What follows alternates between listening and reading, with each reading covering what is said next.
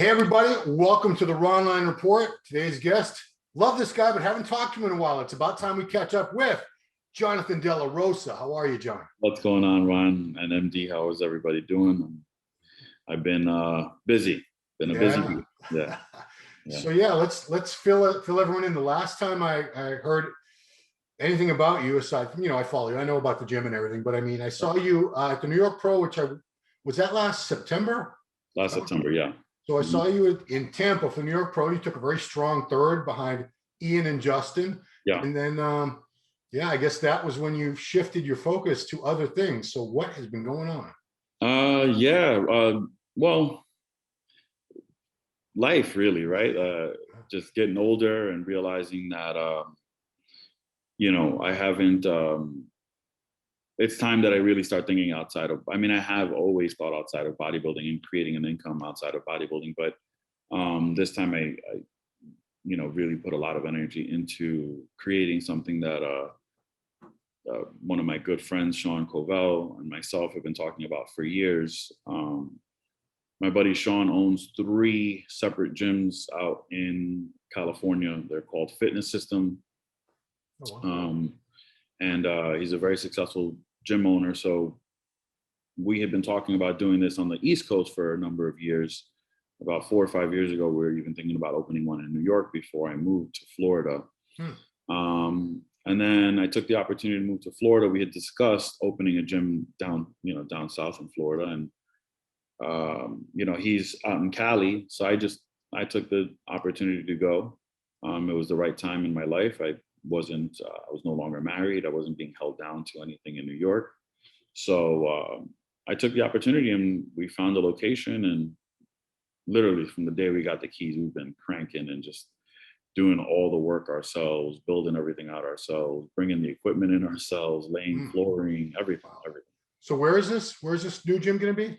It's in Sunrise/Plantation, Florida. It's in South Florida. Okay. Relative to, I know you were in Boca. So how far is it from Boca Raton? I used to train in Boca. I've always lived a little bit further south from Flex. I lived in a town called Miramar. Now I'm in Sunrise, the town that we are opening the gym in. Perfect.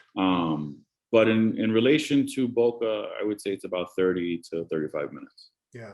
Before we get into the gym, we got a lot more to talk about with the gym, but Flex, you moved down there basically because Flex Lewis invited you, said, come on down, train with me, Dragon's Lair and all this. And then, a few months ago, he took off, opened up his new place in Vegas. That was tough. I wanted to ask you, I've been meaning to ask you about that for months now. Like, I wonder how that affected John or what John was thinking. So what was your reaction when Flex said, mate, I'm out of here? Well, I moved down here for a number of reasons. Flex was at that time in my life, it was a very small thought.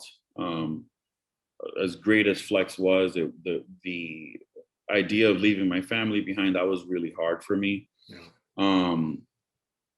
But it was an opportunity, right? Like I moved to Florida because Sean and I had discussed opening this gym and I was no longer married. So I took the opportunity, being a newly single man with no obligations to anyone or anything, to start a new business venture with Sean and his wife, Holly. Then, when Flex found out that I was making the move, he invited me over, and the story, everyone knows the story. We trained together for 3 years together and had some awesome sessions and created an even better friendship than what we had. But when he decided that he needed to move the gym, as somebody who cares about him, I was happy for him, and I understood that he needed to do what he needed to do for his family. Yeah. But as a friend, I was a little bit bummed. I was kind of like, damn, what am I going to do as far as training, a training partner? What am I going to do with, this person that I've developed this relationship with, and we're not going to see each other? Like, how is this all going to work out? Yeah. When he left, it was tough. It was like, I was left to, I stayed on the same schedule, but I was left to training on my own for a little while. Then I met a good friend of mine, Tony Friedrich, who ended up, he's a pro bodybuilder. Yeah, he's old. I want to say he's even older than me, right? He's 40 years old. Oh, okay. Then he's not older than me. Yeah, He's way younger than me. Never mind. Sorry, so Tony, my bad. Tony Friedrich reached out and he was like, hey, if you guys want to start training together, let's do it. So I started training with Tony and things kind of picked up from there. But then we signed the location. We signed the lease for the location. And since then, it's just been all just heavy duty work. It reminds me of the days when I turned pro, actually. Yeah, when I was working in elevators and I was doing all that heavy manual labor. So you did the job. I never had to do it. And I still have like, oh yeah. I don't want to say nightmares, but sometimes I think about that. I mean, how bad, that must have been the worst job ever. Like, it sucked. During the summer, it was brutal because those shaft waves were well over 100, 110 degrees. And then in the winter, it's brutally cold in there. So it was never very comfortable at all. Well, it's just the fact that you're in that shaft and you had to carry like hundreds of pounds of machine parts and it was tough. But yeah, so this moment in my life and building out this gym was very similar to that moment. Cool. So I guess I had it wrong. You didn't move down to Florida because of Flex. It was basically with Sean Cavell, and the idea of opening that gym preceded all that. I never knew that. Yeah. So again, the catalyst to that was the business opportunity to open the gym. I don't like to speak without. I'm never going to be taken for a person who's going to just say things and it never happens. Like most people. Right. So the people that know me know when I say I'm going to do something, I do it.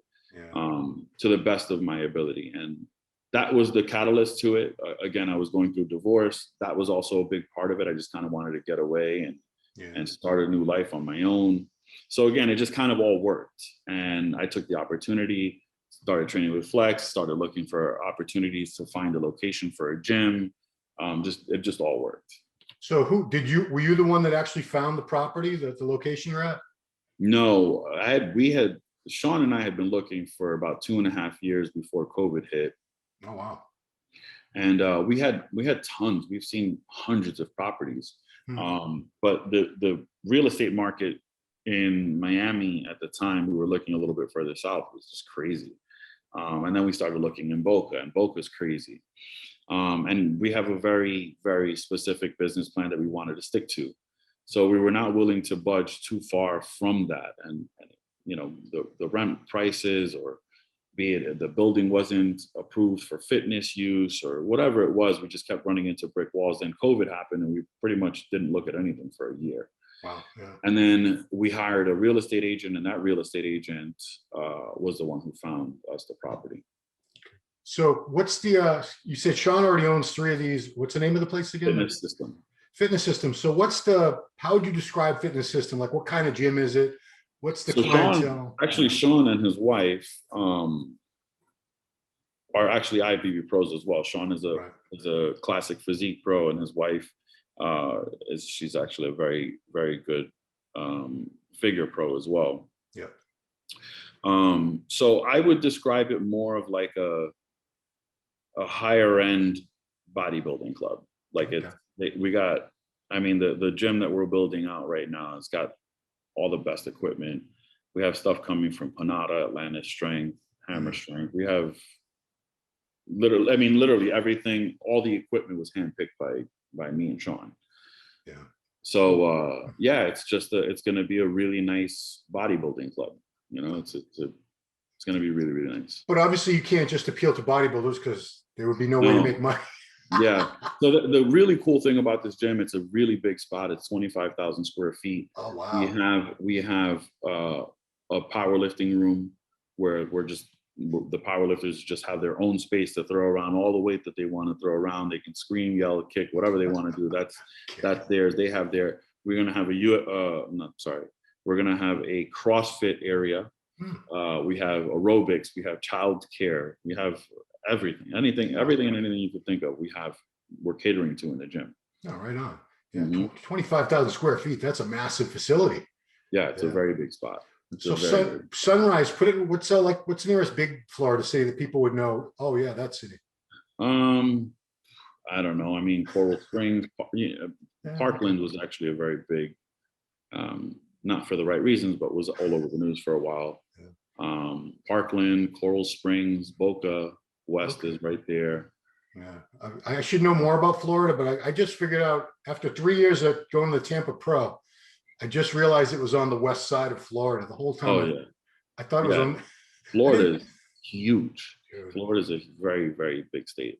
Yeah, I mean, the first time I drove, I don't know if did you ever drive from all the way down like from I Jacksonville drove to 4 Miami? times New York, from Florida to New York. It took me 17 hours each time. But you think once you get to Florida, well, because if you're going to Miami, you think, well, I'm almost there. You're not almost there. No, you got a while. Yeah, and forget it. If there's traffic going into Miami, it'll take you forever to get down there. Yeah. So I know you've been, what kind of hours? Because every meathead out there, every single one of us dreams of owning a gym. Yeah. What kind of hours have you been putting in to get this place built up? We've been there anywhere between 12 and 14 hours a day. Oof, 7 days a week. 7 days a week. We get up. I mean, like I said, Sean and I, we did a lot of the work ourselves. I mean, aside from a few little things here and there where we hired some extra helpers to help us clean or whatever, clean up behind us, but literally we've done all the work in the gym ourselves. The very day one when we got the keys, Sean and I, you know what slot board is? No. Okay, so the place that we are currently occupying used to be a Michael's, like crafts, like arts and crafts kind of store. So they have slot board, and the slot board is like it goes right up on the wall, and it's a board that has like little divots in it, so you can put shelving on top of it. Okay, and it's got like plenty of slots. So each one of those boards is anywhere between 80 and 100 pounds. They're fucking heavy, and we have about 25-foot ceilings. Like it's a very, very big open space. So these things were lined up all the way up. So day one, we were taking those things down. We were there for, I think it was a good 12, 13 hours that day. And ever since then, we're just in there cranking. I mean, there's a story on my Instagram where I was tearing up the tile floor. We have a big, nice entrance where we polished the cement underneath the tile floor. But I mean, if you know anything about tearing up, laminate flooring, it's a bitch. Seen it done. I think I tried it once. I was like, nah, screw this. It's a bitch. It's heavy manual labor. That's all it is. I mean, it is a very, look, opening any business is probably a lot more work than you think it would be. Owning a gym and running a gym and opening a gym is a lot of work. I mean, could we have done things really cheap and just, we could have, but we want to open a successful, nice club for people to come train at and want to be at, So was it ever a consideration to find like a pre-existing gym that was for sale? Actually, this building was being looked over by 24 Hour Fitness, and but we were open to looking at existing gyms, whatever it was. Again, it just needed to mesh well with our business plan, and most of them didn't. Cool. So how close are you to opening? We are literally today, which is why I was able to run home and do this interview with you. We're just literally wiping down machines, cleaning everything, making sure it's presentable we are hoping that we get to open to the public July 1st. We're literally just waiting on the town to give us the okay. Yeah. Wow. So that's, geez, we're speaking, this won't be out for a couple of days. This is June 18th we're talking. So are you guys planning like a grand opening with all, bunch of the grand opening? Yes. I've already reached out to a few of my IFBB brothers, and we're going to make a big event probably sometime in October. October here in Florida, the weather's really nice. It's usually about 75, 80 degrees, maybe. It'll be after the Olympia, so people are a little bit more lax on their diets, and we're planning on doing something really nice, really big. Yeah. Well, Flex Lewis has to come to this. Come on, Flex. I'd love him to, but Flex is also a busy man. He's got appearances after appearances after. I mean, like I said, after being around Flex for so long, that kid he's always working, always on the grind. How hot is it down there now? Like 100 degrees? No, today was about 83, 84. It's not very hot. Feels like 150 now, because I remember that. it's humid today. It is. The humid. But you know what? East Coast, the whole East Coast, people talk about, oh, it's humid. Like, New York is humid in the summer. Boston, everywhere is humid in the summer, unless you're in Arizona or something. Yeah, I look at it this way. Having lived in New York my entire life and having lived here now for 4 years, again, my opinion, I would much rather deal with a little humidity because it's not humid all the time. It's humid mostly through the summer months. Okay. But I mean, I say it all the time to my family and friends. When it hits like September, October here to like March, April, the weather is awesome. It's like you got a crisp, cool breeze at night, but it's still warm during the day. I love it. If I had to pick between the snow and being humid, I'm picking being humid all day. I did not, when I had a house, I did not like shoveling. I did not like being out there having my, literally chills in my bones. Nah, I'm good. Yeah, snow removal, for those of you who've never had to do it, it just sucks, man. Especially when those and again, in the Northeast, it's like, it's not like light powdery snow like they show in the movies where kids are like frolicking in the snow. It's not like that. It feels like you're lifting a cement brick. Dude, a shovel full of wet, slushy snow it's a good 40 pounds easily. Yeah. You gotta toss it over. For me, I gotta toss it over a fence. My neighbors, we all have fences. Anyway. Yeah. So that's the gym. That sounds really cool. Now everyone's gonna want to know what is up with you and competing, because like I said, we haven't seen you on stage since last fall. What's going on? I was very focused on getting this project underway and getting it ready for the public. But now that that's coming to an end, I have been giving some serious thought. I was honestly like with the Olympia being pushed back into September, I was kind of like, I'm probably not going to compete this year because I had that project and I didn't have the time to qualify for a show. So with that said, we don't know as of now what is the last qualifying show. I'm assuming it's going to be Tampa, which is August 7th, and that is what I'm aiming for at the moment. I'm trying to think, because usually they close out. Usually it's like about, I want to say like 6 weeks before the Olympia is when they stop letting people qualify. Yeah. But remember, the thing is that has me a little bit confused is that the Olympia was now pushed up from December to September. We had less shows and less ability to qualify because there were less shows. Yeah, October 9th, John. You got more time than you thought. Yeah, Olympia. Yeah, you got plenty of time now. But you're right. I think it's going to be the last show will probably be Tampa or the next weekend in Texas. Right. That's right. October. So, like I said, it got pushed up 2 months. So our calendar years were short, 8 weeks. So I don't know. I'm definitely going to do, I'm definitely aiming to do Tampa and Texas. But we'll see. I started working with a new coach, which is also exciting. You guys will be the first to hear it. I started working with Chad Nicholls. Oh, shit. Yeah. All right. You're done. You win. Yeah. So awesome. We'll see what Chad and I can put together. It's our first time working together, so I'm excited. I'm excited to see what he did with Victor in 2007. I was front row watching that, and it was pretty incredible. So Rami, come on. Yeah, I mean, I just he's done some pretty amazing things with him. I mean, I am nowhere near that caliber, but with some pretty incredible athletes. So I'm hoping that I can get some gain some knowledge and make him proud while I'm on stage as well.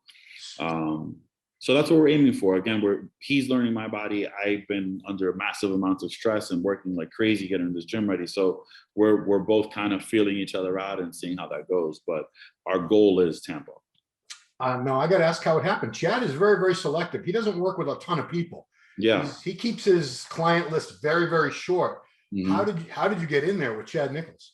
Well, it was actually by happenstance. I started training with Tony Friedrich, and he's friends with Tony Friedrich, and he started seeing how I was training, and he mentioned that he was like, I see like you got that fire back. And I was like, yeah, I feel like time is ticking, and I don't want to say I've wasted a lot of my years, but I have not accomplished anything that I've wanted to accomplish in bodybuilding, and very, very little. I've won a few pro shows, but that's not nowhere near what I think I'm capable of, and nowhere near what I wanted to accomplish in the sport. So, you know, as you get older, again, you have thoughts of your future and what you want that to look like, and what your present looks like. And I felt like I have still so much left to do in bodybuilding. And that led to a conversation that I had with manager Matt, as you guys know. Is it Meinrad? Is that his last name? What was that? I always mess up with, I confuse these two Matts. Is it Matt Meinrad? Is that manager Matt? No. No. See, I did Daniel? it again. Daniel? Yeah, I believe that's his last name. Okay. Manager Matt. Okay. So, go ahead. So him and I had a conversation, and he manages Jay Cutler and a whole bunch of other athletes. Right.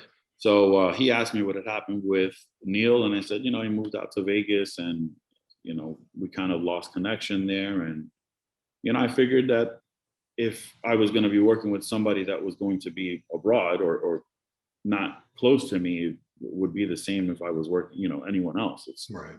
And Neil and I hadn't had success in the last 2 or 3 outings. So I was like, you know what, maybe, no hard feelings, but maybe I need to try something else. Yeah.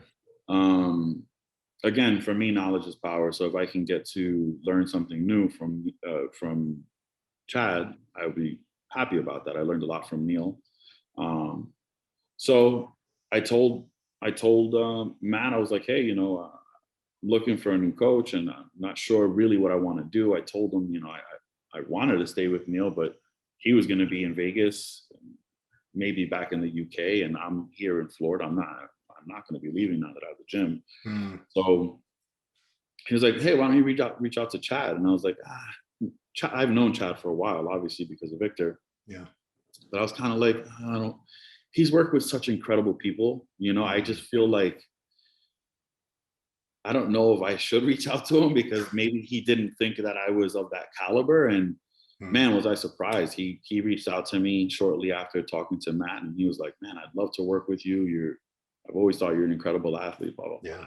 And the conversation went really well. And, you know, he was really excited, which was comforting to me, because when at least me, when I am looking for somebody to work alongside with, whether it's in bodybuilding or business or whatever, you want that person to be as excited about your vision as you, right? And I really felt that from Chad. I really felt like he was really excited to, you know, see where we can take this. And that made me really excited. You know what I mean? So it went really well, and we've been cranking now for about 6 weeks, and things are coming together really, really well. So I'm excited.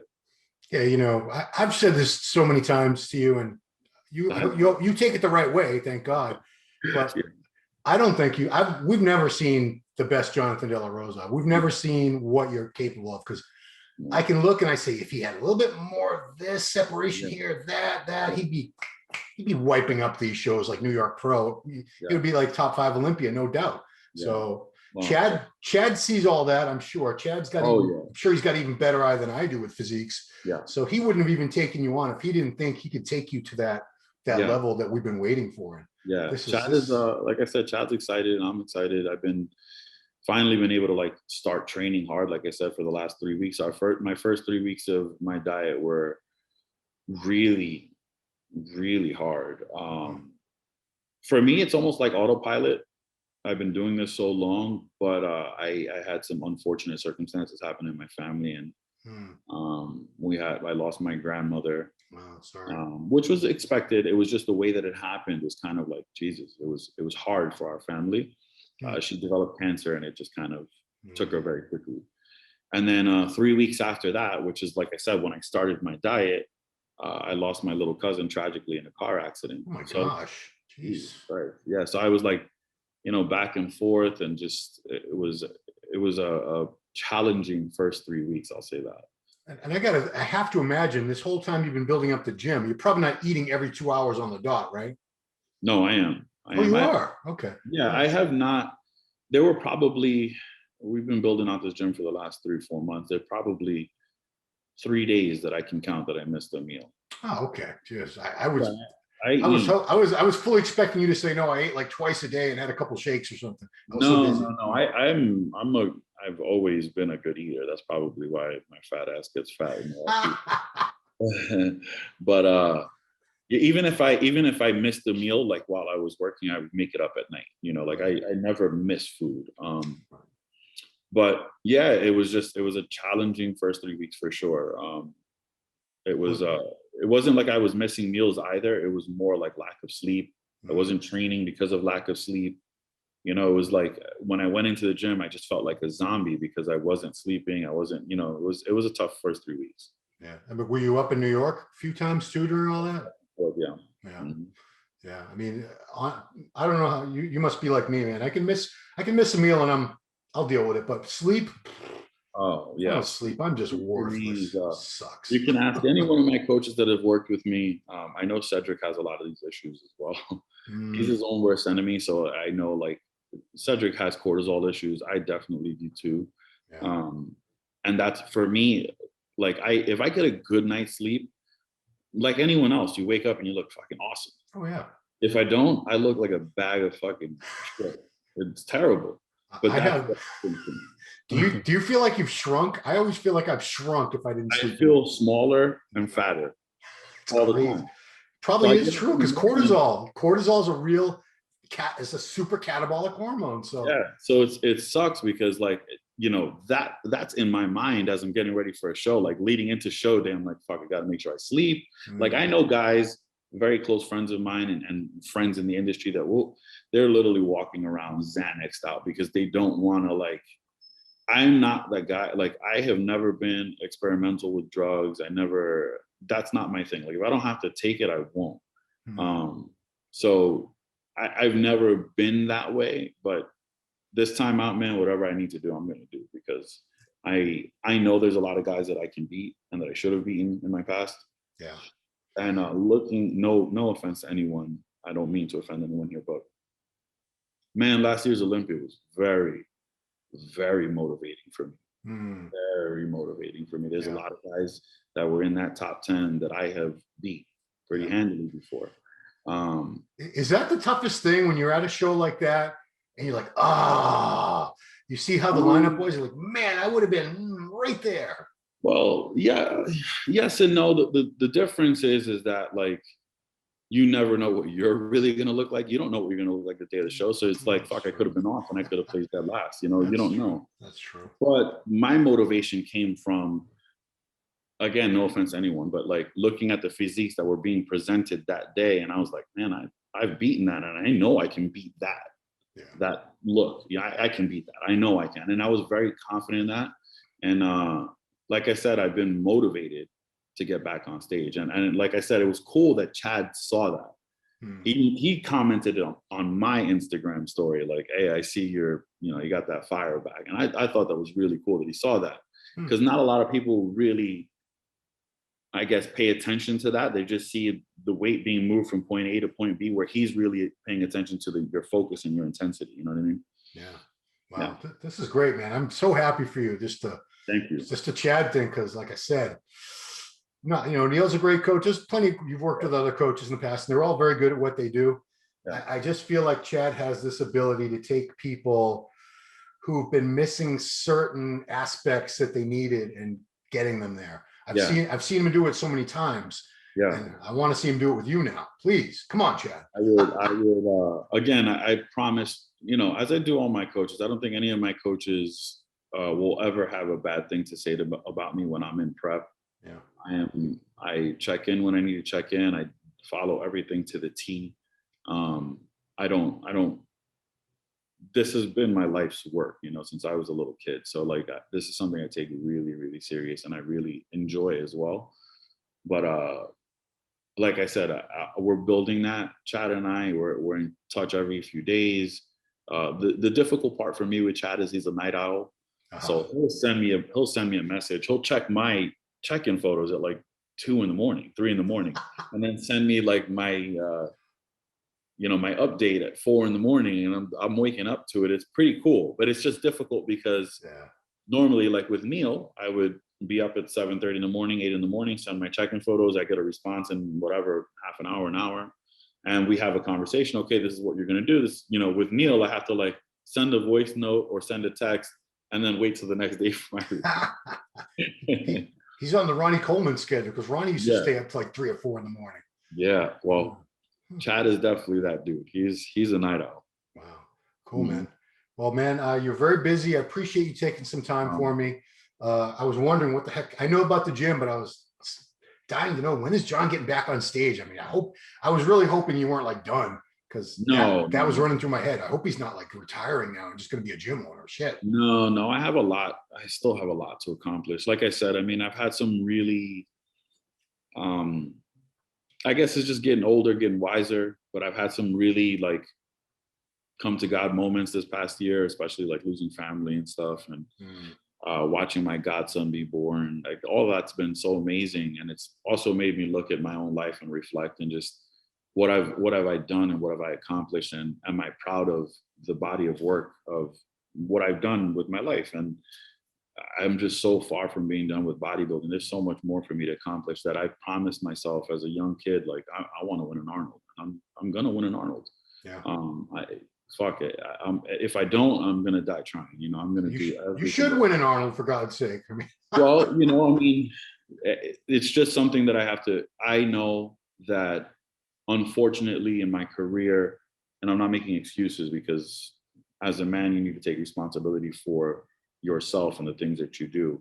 But I know that I haven't given 100%. Unfortunately, I've been through a lot of shit that has always been a little bit of a distraction, and just hasn't allowed me to really give 100% of myself, mentally, physically, financially, whatever it was. There was always something going on. And now I feel like the stars are aligning, and it's never been more important to me than now, knowing that I'm not at the tail end of my career, but I'm 37 now, at 45, you know, that'll come in a blink of an eye. I mean, I remember when I was 30, right? So now it's like, all right, I got to step on it now and get these things done before it's too late, you know. Yeah. And it's really, really, really important for me to get these things done and accomplish them, because when I look back at my life, I don't want to say, man, I should have tried harder. I shouldn't have let that divorce fuck me up for so long. I shouldn't have, you know what I mean? Like all those things, they won't matter when you're looking back in your life.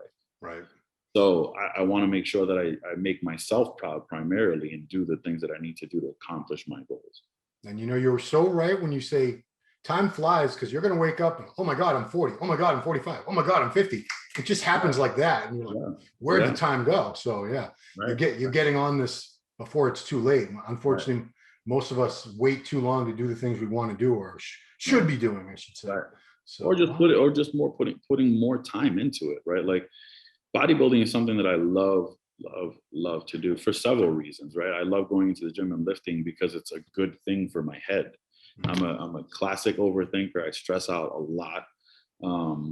So for me, it's like it gives my brain just time to stop and just focus on a number of reps or what I need to do. You know, it's not thinking about financial situations or business opportunities or what I'm going to do with my life. None of that. It's just training. And that's part of why I love it, but I also love competing. And so, you know, but I have never been able to give it 100% because of, like I said, there's always been some kind of distraction. And now it's like, I don't fucking care about anything.